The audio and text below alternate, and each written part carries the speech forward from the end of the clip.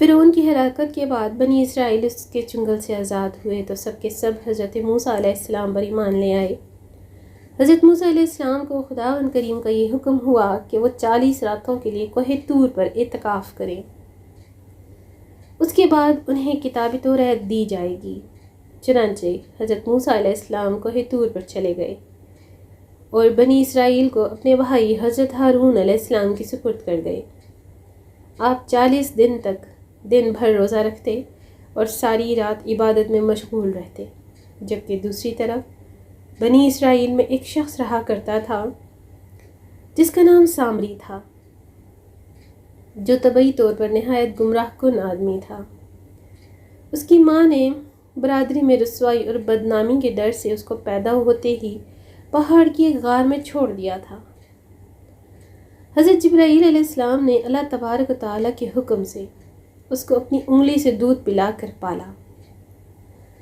یہی وجہ تھی کہ یہ حضرت جبرائیل علیہ السلام کو پہچانتا تھا۔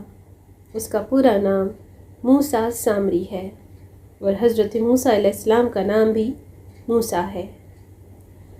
موسیٰ سامری کو حضرت جبرائیل علیہ السلام نے پالا تھا اور حضرت موسیٰ علیہ السلام کی پرورش فرعون کے گھر ہوئی تھی۔ مگر خدا کی شان کہ فرعون کے گھر پرورش پانے والے موسیٰ علیہ السلام خدا کے رسول ہوئے، اور موسیٰ سامری جو حضرت جبرائیل علیہ السلام کا پالا ہوا تھا وہ کافر ہوا۔ جن دنوں حضرت موسیٰ علیہ السلام کوہ طور پر اللہ کی عبادت میں مشغول تھے، وہیں سامری نے آپ کی غیر موجودگی کو غنیمت جانا اور اس نے بنی اسرائیل کے سونے چاندی کے زیورات کو پگھلا کر اس سے ایک بچھڑا بنایا۔ پھر حضرت جبرائیل علیہ السلام کے گھوڑے کے قدموں کی خاک جو اس کے پاس محفوظ تھی، اس نے وہ خاک بچھڑے کے منہ میں ڈال دی تو وہ بچھڑا بولنے لگا۔ پھر سامری نے مجمع عام میں یہ تقریر شروع کر دی کہ اے بنی اسرائیل، حضرت موسیٰ علیہ السلام خدا سے بات کرنے کے لیے کوہ طور پر تشریف لے گئے ہیں، لیکن خدا تو ہم لوگوں کے پاس آ گیا ہے، اور بچھڑے کی طرف اشارہ کر کے بولا کہ یہی خدا ہے۔ نعوذ باللہ۔ اس نے ایسی گمراہ کن تقریر کی کہ بنی اسرائیل کو بچھڑے کے خدا ہونے کا یقین آ گیا اور وہ بچھڑے کو پوجنے لگے۔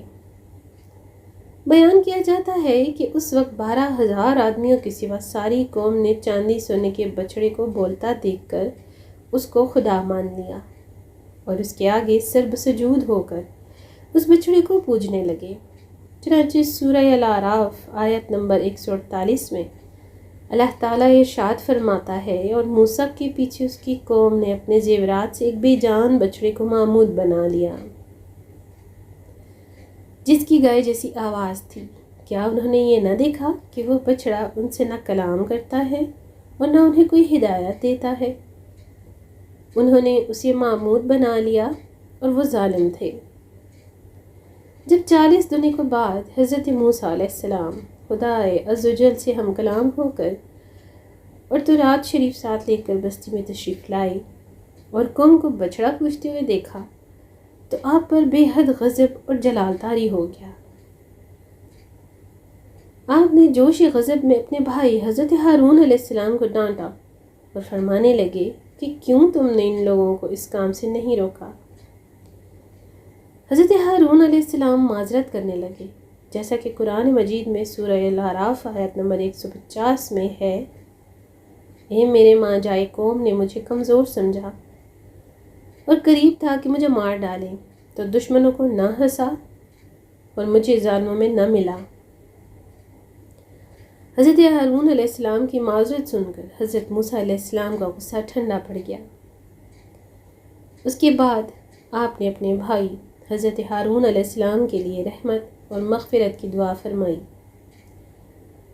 پھر آپ نے اس بچڑے کو توڑ پھوڑ کر اور جلا کر اس کو ریزہ ریزہ کر کے دریا میں بہا دیا۔ پھر اللہ تعالیٰ کا یہ حکم نازل ہوا کہ جن لوگوں نے بچڑے کی پرستش نہیں کی ہے وہ لوگ بچڑا پوجنے والوں کو قتل کریں۔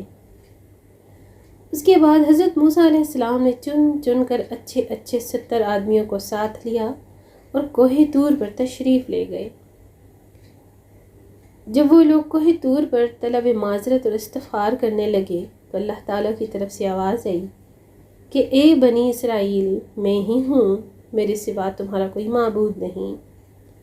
میں نے ہی تم لوگوں کو فرعون کے ظلم سے نجات دے کر تم لوگوں کو فرعون کے ظلم سے بچایا ہے، لہٰذا تم لوگ فقط میری ہی عبادت کرو اور میرے سوا کسی کو مت پوجو۔ اللہ تعالیٰ کا یہ کلام سن کر یہ 70 آدمی یک زبان ہو کر بولے کہ اے اللہ، اے موسیٰ علیہ السلام، ہم ہرگز آپ کی بات نہیں مانیں گے جب تک ہم اللہ تعالیٰ کو اپنے سامنے نہ دیکھ لیں۔ یہ 70 آدمی اپنی ضد پر بالکل اڑ گئے کہ ہم کو خدا کا دیدار کروائیں ورنہ ہم نہیں مانیں گے۔ حضرت موسیٰ علیہ السلام نے ان لوگوں کو بہت سمجھایا مگر وہ اپنے مطالبے پر اڑے رہے۔ پھر اللہ تعالیٰ نے اپنے غضب و جلال کا اظہار اس طرح فرمایا کہ ایک فرشتہ آیا اور اس نے ایک ایسی خوفناک چیخ ماری کہ خوف و دہشت سے ان لوگوں کے دل پھٹ گئے اور یہ 70 آدمی مر گئے۔